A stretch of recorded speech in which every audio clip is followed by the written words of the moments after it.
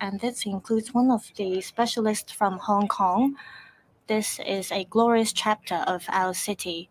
This is the first time that a Hong Kong citizen is selected by our country as a payload specialist. This payload specialist will have the chance to travel to the space and participate in the national project and make contribution to our country. This will become history for our city. I sincerely thank the central government for its care and love for Hong Kong, for allowing Hong Kong citizens to take part in the selection. The selection is very stringent. Every participant in this selection is outstanding. The selected people have to go through a few rounds of selection and tests in order to be officially selected to be part of the national project. The central government allows Hong Kong people to take part in this selection, and this is very encouraging for the tech sector of Hong Kong. We can feel how marvelous our country is through the selection. A payload specialist from Hong Kong is selected, and this shows three important things. First, it shows our unique position under one country, two systems. It is only under one country, two systems that people from Hong Kong have the opportunity to take part in the selection of this project. The aerospace project is a mission from our country. It is only under one country, two systems that Hong Kong SAR has the eligibility to take part in the national mission. Second, it shows that our country recognizes the efforts of our INT talents. Our universities have been providing researches and devices, including the devices for exploring the moon for our national projects.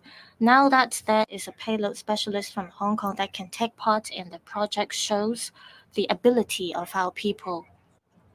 This also shows the efforts made by our technological sector. We hope to achieve greater results in the future. The SAR government will continue to roll out measures to nurture INT talents, to build ourselves into an international INT sector, to make contribution to our country. Third, this shows the determination of our young people to achieve their dreams. It also shows their perseverance. The payload specialist selected has gone through various rounds of stringent tests and selection. The selected person has gone through physical and mental challenges and tests. This requires strong determination and perseverance. The payload specialist is our pride as well as the example of our young people. The payload specialist will face stringent training and tests. The person may not be able to be with the family all the time. This shows that it does not only require the effort of the payload specialist, but also the entire family.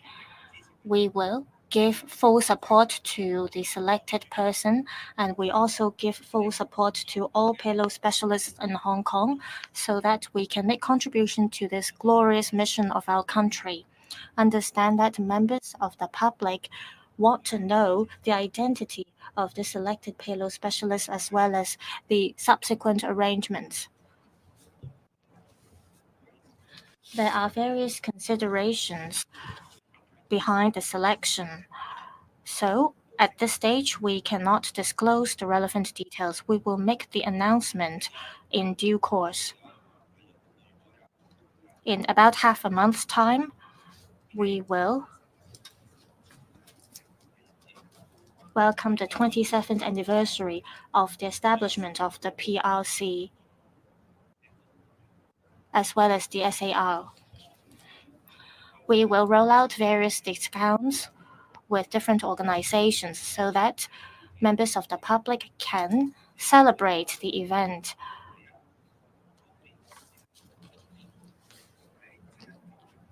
To allow people to celebrate happily, people can take the tram for free, as well as the light rail for free. Buses going around the new territories can also be taken for free, and those who are aged between 3 to 11 can enjoy these services for free. Also, members of the public will be able to enjoy indoor and outdoor venues under LCSD for free. They can also visit the regular exhibition of the Science Museum for free, as well as the exhibition and of the Hong Kong Art Museum, as well as the exhibitions of M+. All exhibitions of the Hong Kong Palace Museum will be offered for free, and the Wetland Park will also be visited for free. Also, between the 29th of June and the 1st of July, there will be a 30% discount for tickets of Ocean Park. Tickets for Peak Tram for elderly and children will be offered at a discount. On the 1st of July, many catering outlets and eateries will offer discounts. The Cyberport Shopping Mall, Tong Yat Wet Market, and Aberdeen Wet Market, there will be different discounts and activities. From the 1st of July and to the 7th of July, at the local Fresh app, for certain products, there will be discounts. At the old Yau Ma Tei station, the souvenir shop there will be opened on the 1st of July. The police will also, through the social media platform, give out model cars to celebrate the 180th anniversary. The relevant organizations will disclose details of these events so that we can all happily celebrate the 27th anniversary of the establishment of the SAR. The floor is now open for questions. If you wish to put questions, please put up your hand, and when it's your turn, please first tell us your media outlet. Please limit yourself to 2 questions. We'll start with that journalist. I'm from AM 730. Now, about the saga at the Hong Kong Youth Council. Chief Executive, have you talked to the President and the Chairman of the Council? Was the President aware of those Vice President appointments? Now, the former non-permanent judge, Lord Sumption, criticized Hong Kong as becoming a totalitarian society, and we are regressing in rule of law. So what will be done to reassure people? Hong Kong Youth belongs to Hong Kong. It does not belong to any individual. It does not belong to the President or anyone on the Hong Kong Youth Council. The University of Hong Kong belongs to everyone in Hong Kong. Hong Kong people cherish Hong Kong Youth. The same goes for Hong Kong Youth students and staff. Overseas scholars and young people also cherish Hong Kong Youth. The interests of the university should come first. The university should seek continuous enhancement. If there is maladministration, then improvement is needed. For key positions that have been left unfilled for a long time, those positions should be filled. Where there are ambiguities in procedure, those things should be clarified. There should be accountability and clarity in university finances. Each year, the government gives more than $10 billion to the university. Public money should be spent properly. University governance and administration should be up to standards. And those rules are what the university should stick to. There are also accountability agreements that the university has entered into with the government, and there are requirements on governance and administration. I met with the chairperson of the council and also the president. I coordinated between them. I stressed the importance of good communication. I reminded them that the government's subvention comes with requirements.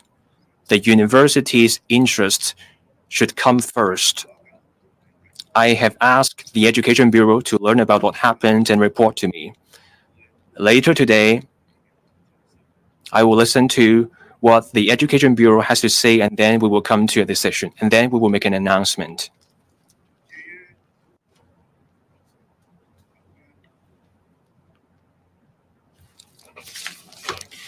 Now, on the former MPJ Lord Sumption, he penned an article. The HKSAR government has released a comprehensive statement expressing disagreement with the claims from Lord Sumption. I want to add just this.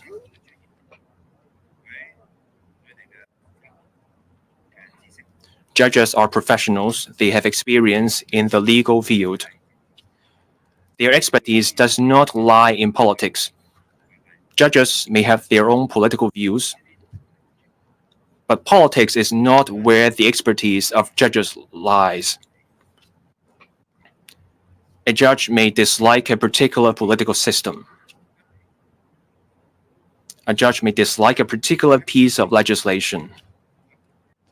But where the expertise of a judge is concerned, that judge should follow the evidence and the law in interpreting the law correctly, irrespective of the personal politics about the law.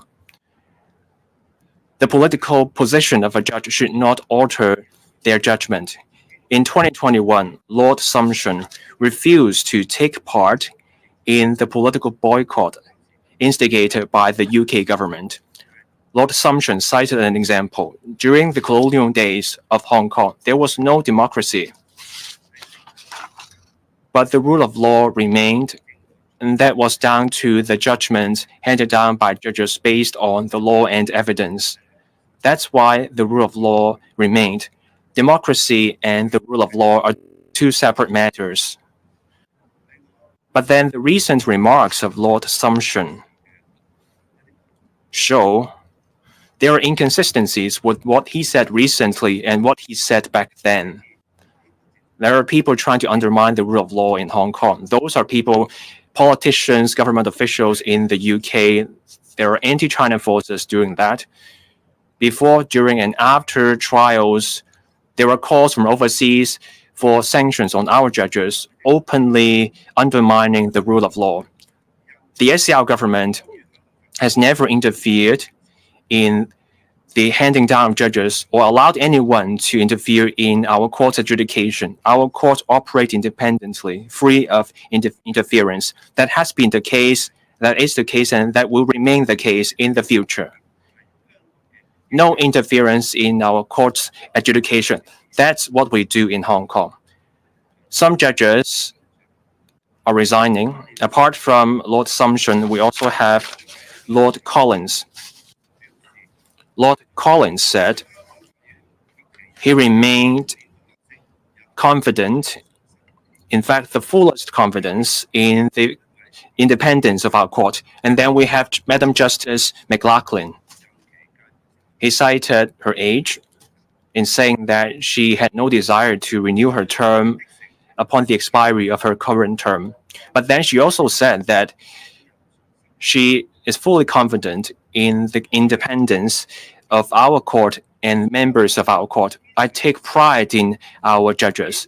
Our judges stick to the judicial oath. They act without fear or favor. They strictly follow the spirit of the rule of law in administering justice. They remain undaunted by overseas interference and despicable attempts at interference. These judges show courage and they steadfastly in upholding our rule of law. I admire our judges for that. UK politicians try to weaponize their institutions in targeting the HKSAR and our country. We will not let that happen, and we will protect our judges.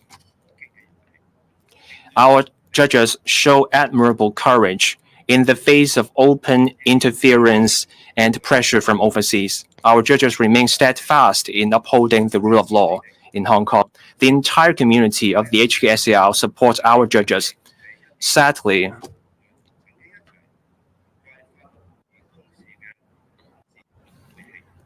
a small number of judges abandoned our judges. But then our judges have the support of the entire local community. We unreservedly support our judges in upholding our rule of law. Next question. The last row, the journalist in blue. Some questions from Hong Kong Free Press.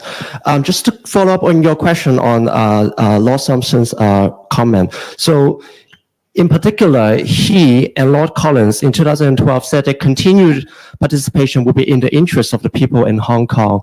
And besides the reasons you just mentioned, you cite Lord Collins as saying, he also cited Hong Kong's political situation as part of the reason of his resignation. So what has changed in the 2 years? And does the foreign judges' resignation pose a challenge to Hong Kong in its recruitment of foreign overseas judges to sit on the Court of Final Appeal?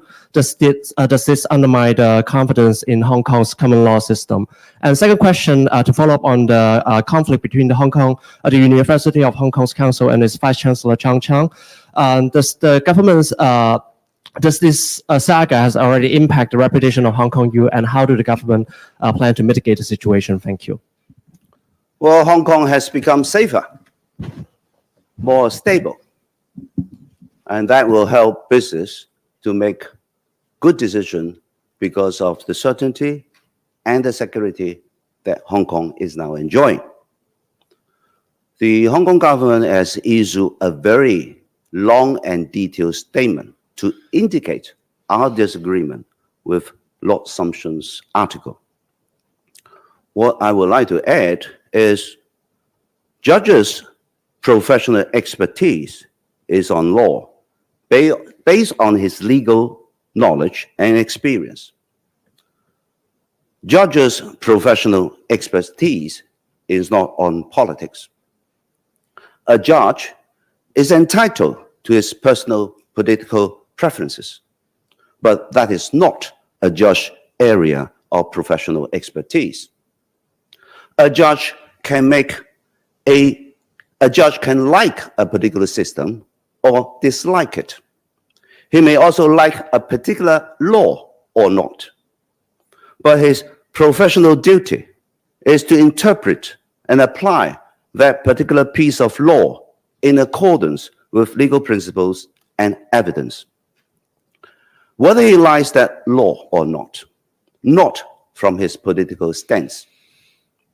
In 2021, Lord Sumption refused to take part in a political boycott orchestrated in the UK. And he said then that people should not confuse rule of law with democracy. He said there was no democracy during the British rule in Hong Kong. But he said the rule of law was maintained at that time by judges deciding on cases according to the law and evidence. Democracy and rule of law should not be confused. His latest statement indicates that he doesn't like the political situation in Hong Kong. But this is exactly the area he has told us in 2021 that should not be confused with the rule of law.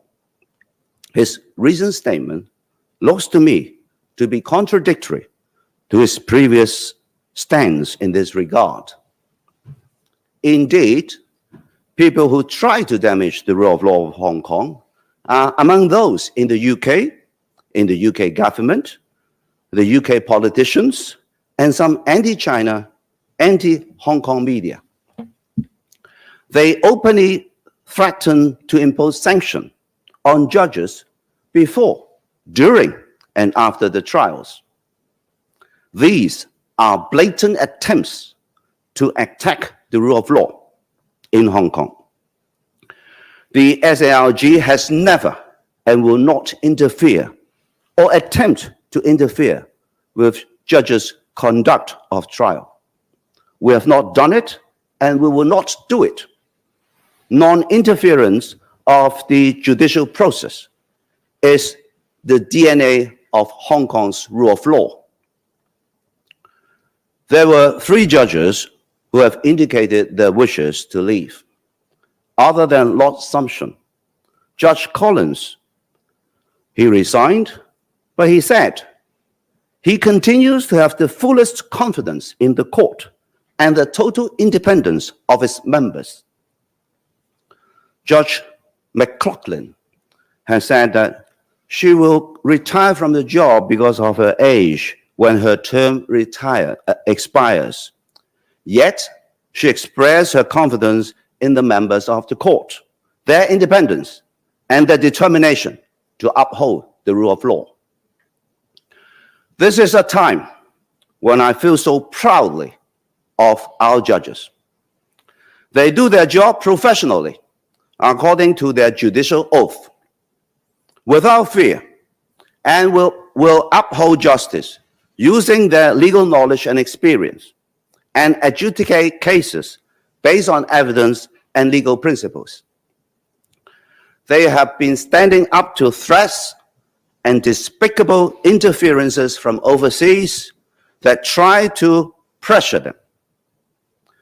I respect each and every one of them for their courage, for their determination to uphold the rule of law in Hong Kong. Some UK officials and politicians try to weaponize the UK judicial influence to target China and Hong Kong as they are. We should not allow it to happen. We shall protect judges all round from these undue interferences. Our judges needed to be supported by all of us for their courage, their determination for upholding the rule of law at a time of open interferences from a number of countries using threats and different kinds of pressure. It is sad and disappointing that our judges are abandoned by a few overseas counterparts and have been so unfairly treated by somebody with whom our judges used to serve our judicial system together. But the whole of Hong Kong will support them. We shall support without reservation our encourages, upright and professional judges of Hong Kong for upholding the rule of law. Thank you. And regarding your second question about Hong Kong University,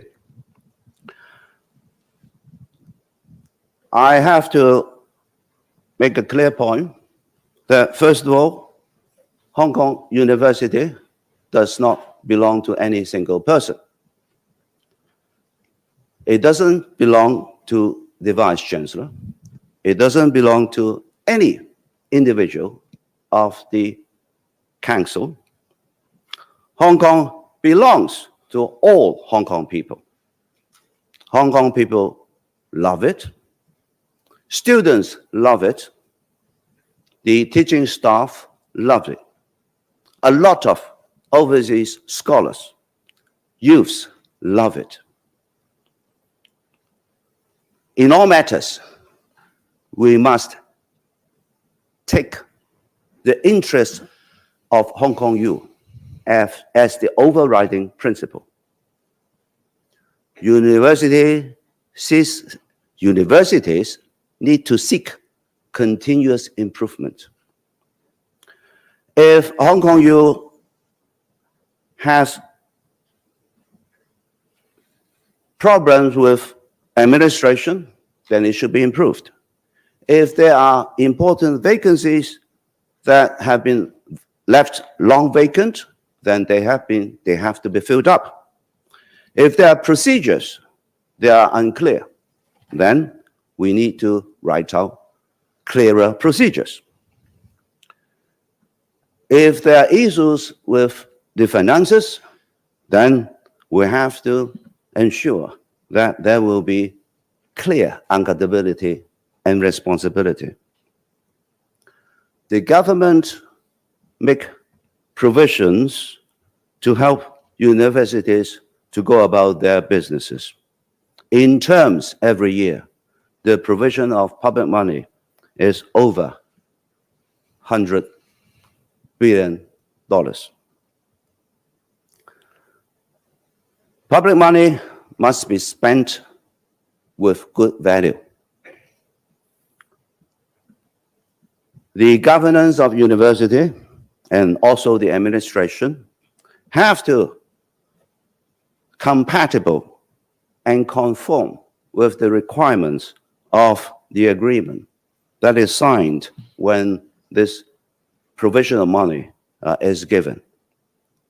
And there is a responsibility for university to fulfill those obligations. I have met the Vice Chancellor and also the Chairman of the Council. I tried to coordinate their communication. And I've also reminded them that good communication and also cooperation are important. And government provision of public money for universities to go about their business. The government has standards and demands. I also remind them to take the interests of the university as the overriding principle in all their business. I've already asked the Education Bureau to understand this matter. They will report to me. Today, I will be meeting them again to listen to the most updated report. I shall then make my decision, and it will be announced. Thank you very much. 今日答問係 That's all for the briefing today. Thank you.